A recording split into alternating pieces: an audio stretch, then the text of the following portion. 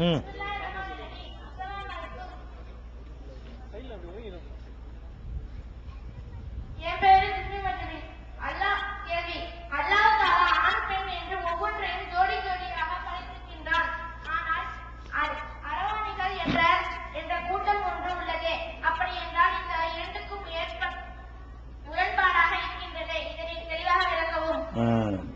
கேக்குதுன்னா, இந்த 9 இருக்குல்ல அது கேக்குது. அரவான் என்று சொல்லி 9 ஒரு ஆணுக்கும் பெண்ணுக்கு நடுவுல ஒரு படைப்பு இருக்காங்க பாருங்க, அலின்னு சொல்லுவாங்க. 9 நவீன காலத்துல உங்களுக்கு பேர் அரவாணிங்கிறாங்க. இது ஒரு படைப்பு இருக்குது. அல்லாஹ் எல்லாத்திலையும் ஜோடிங்கிறானே அப்படின்னு சொல்றாங்க. எல்லாத்திலையும் ஜோடி என்று சொல்வது பெரும்பான்மையை கருத்தில் கொண்டு அல்லாஹ் சொல்கிறான். ஜோடி இல்லாத, இப்ப உதாரணமா எடுத்துக்கொண்டால் இந்த ஒரு செல் உயிரினங்கள் இருக்கு பாருங்க, அதுல எல்லாம் ஜோடி கிடையாது. அமீபாவுக்கு எல்லாம் ஜோடி கிடையாது. அதுவா துண்டு துண்டா வெடிச்சு வெடிச்சு ரெண்டாக்கிட்டு இருக்கும். ஆணு பெண்ணு சேர்ந்து என்ன செய்யறது இல்ல, உயிரினங்கள் பெறுவது இல்ல. அப்ப ஒரு செல் பிராணிகள், கடல்ல வசிக்கக்கூடிய அமீபா போன்றவைகள் எல்லாம் அதுக்கு ஆணும் பெண்ணு சேராம ஒண்ணு இருக்குமா, அது ரெண்டு அறுத்துக்கிட்டு ரெண்டு ஜீவன் ஆகிக்கிறோம். அது 4 ஜீவன் ஆகிக்கிறோம். அது கருவறைகிறதோ அல்லது அது டெவலப் ஆகுறதோ, புள்ள பெறதுங்கிற முட்டை போடுறதுல ஒண்ணு கிடையாது. அப்படி விட்டது இருக்கிறது. அப்ப இது என்ன விளைக்கணும்னு கேட்டா, எல்லாமே ஜோடிங்கிறது எதுக்கு விதிவிலக்கு சொல்லப்படலையோ அதெல்லாம் ஜோடின்னு விளைக்கணும். சிலது இப்ப உதாரணமா ஒரு மனிதனை விந்துவிலிருந்து படைத்தேன் அல்லாஹ் சொல்றான்.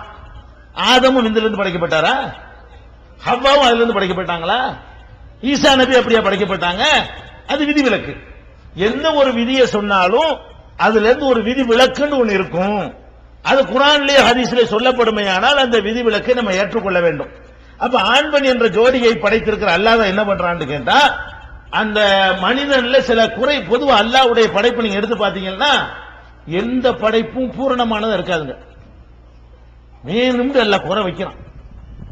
ஒருத்தனுக்கு கண் இருக்காது, ஒருத்தனுக்கு காது கேட்காது, ஒருத்தனுக்கு வாய் பேச வராது, ஒருத்தனுக்கு கை ஒரு மாதிரி எழுத்துக்கிட்டு இருக்கு, ஒருத்தனுக்கு கால் நடக்க இயலாது, ஒருத்தன் சப்பானியா இருப்பான், ஒருத்தன் போலியாவுல போயிருப்பான், ஒருத்தனுக்கு ஆண்மை இருக்காது, ஒருத்தனுக்கு பெண்மை இருக்காது, ஒருத்தருக்கு பிள்ளை போடுற தன்மை இருக்காது, ஒரு ஆம்பளைக்கு ஆண்மை இருந்து ஆனாலும் என்ன செய்யாது, குழந்தை பெறக்கூடிய தன்மை இருக்காது, ஒருத்தன் பணம் இருக்காது, ஒருத்தன் நல்ல சந்ததிகள் இருக்காது, நிம்மதியான வாழ்க்கை இருக்காது, ஒருத்தனுக்கு வீடு இருக்காது.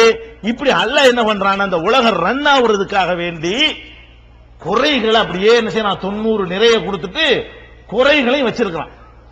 குறை இல்லாத ஒரு ஆள் எந்திரிச்சு சொல்ல முடியுமா? எனக்கு எந்த குறையும் இல்ல சொல்ல முடியாது. அந்த மாதிரி அல்லாஹ் ஏன் இந்த குறையை வச்சா தெரியுமா? குறை இல்லைன்னா உலகம் அழிஞ்சு போயிடும். குறை இல்லைன்னு வைங்க, ஏன் குறை இருந்தா தான் அடுத்தவனை நம்ம சார்ந்து இருப்போம். அடுத்தவனை சார்ந்து இருந்தா தான் உலகம் இயங்கு. அப்ப கண்ணு தெரியலன்னு வைங்களேன், இந்த கண்ணுக்குன்னு கொஞ்சம் பேர் படிச்சுட்டு வந்து என்ன செய்வான், கண் டாக்டர் இருப்பான், அதுக்கு மருந்து தயாரிக்கணும், அதுல ஒரு 10 லட்சம் பேர் அவன் பிழைச்சிக்கிட்டு இருப்பான். கண்ணாடி தயாரிச்சு கொஞ்சம் பேர் இருப்பான், அதுல ஒரு 10 லட்சம் பேருடைய வாழ்க்கை ஓடும். மருந்து கடை வச்சு விற்பான், அதுல ஒரு 10 லட்சம் பேர் என்ன செய்வான், சாப்பிடுவான். காது கேட்கலையா, காதுக்குள்ள மருந்துல இருந்து, அதுல இருந்து இஎன்டில இருந்து அதை வச்சு வண்டி ஓடிக்கிட்டு இருக்கும். இப்படியாக எல்லா வேலைகளும் நடக்கணும்னு சொன்னா குறை இருந்தா தான் சார்ந்து நடக்கணும். எல்லாருக்கும் எந்த குறையும் இல்ல. ஆளுக்கு 10 கோடி ரூபாய் எல்லாம் வந்துவிட்டான், நான் உங்களை வேலைக்கு விட்டு வருவீங்களா? நீங்க என்னை கூட நான் வருவேனா? அட நான் ஏன்டா உனக்கு வரும், நானும் 10 கோடி நீ 10 கோடி போடாடுவோம்ல. நமக்கு ஒரு 10 ஏக்கர் நிலம் தந்துட்டான், எல்லாருக்கும் 10 ஏக்கர் நிலம். என்னை விவசாயத்துக்கு உழவு வேலை கூப்பிடுறீங்க, நான் ஏன்டா ஒன்றை வரணும்? என்கிட்ட 10 கோடி, என்கிட்ட 10 ஏக்கர், ஒன்றையும் 10 ஏக்கர், ஒருத்தன் வாழை செத்து போயிருவோம். அந்த மாதிரி தான் இந்த அரவாணிகள் என்ற ஒரு படைப்பை எல்லாம் எதுக்கு படைச்சிருக்கிறான்னு கேட்டா, அதை பத்தி ஆய்வு செய்வதற்காக, அதை பத்தி கண்டுபிடிக்கிறதுக்காக வேண்டி அதை நீ சிந்திச்சு பார்த்து அது ஏன் பிறக்குது, அதை என்ன செய்யலாம், அதுக்கு ட்ரீட்மெண்ட் பண்ணலாமா, அதை மாற்றி அமைக்கலாமா அப்படின்னு சொல்லி ஆராய்ச்சி பண்ண. இந்த கண்ணுல கோளாறு இல்லாம படைச்சிருந்தான்னு வைங்க, என்னைக்காவது ஒருத்தருக்கு செயற்கையா கண்ணு போச்சுன்னு வைங்க, அதை பத்தி இவன் ஆய்வு பண்ணிருக்க மாட்டான். கண்ணு இல்லாமலாம் பிறக்கிறதுனாலதான் கண்ணை பத்தி ஆராய்ச்சி பல ஆண்டுகளாக செஞ்சு நாளைக்கு கண்ணு இல்லாம போறவனுக்கு அது உதவியா இருக்கிறது.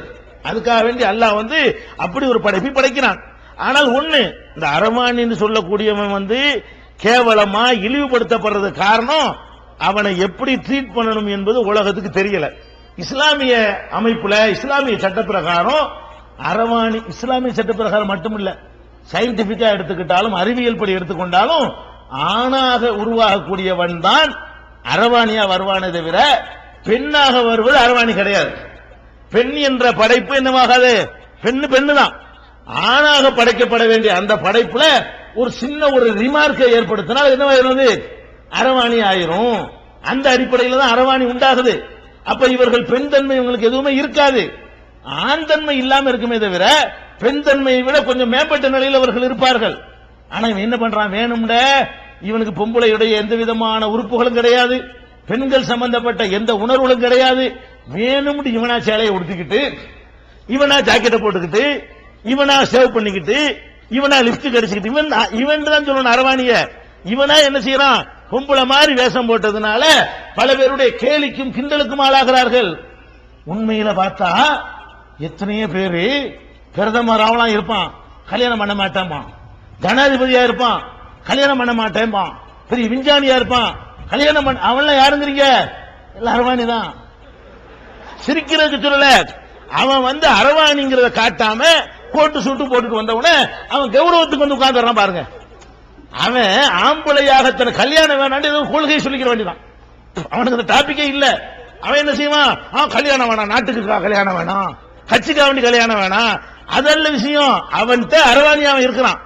அரவாணியா இருக்கக்கூடிய எவன் ஆம்பளையாக தன்னை காட்டிக்கொண்டு வெளியே வர்றானோ அவன் பிரதமராக முடிகிறது, அவன் ஜனாதிபதியாக முடிகிறது, பெரிய பெரிய போஸ்டுகளுக்கு போக முடிகிறது.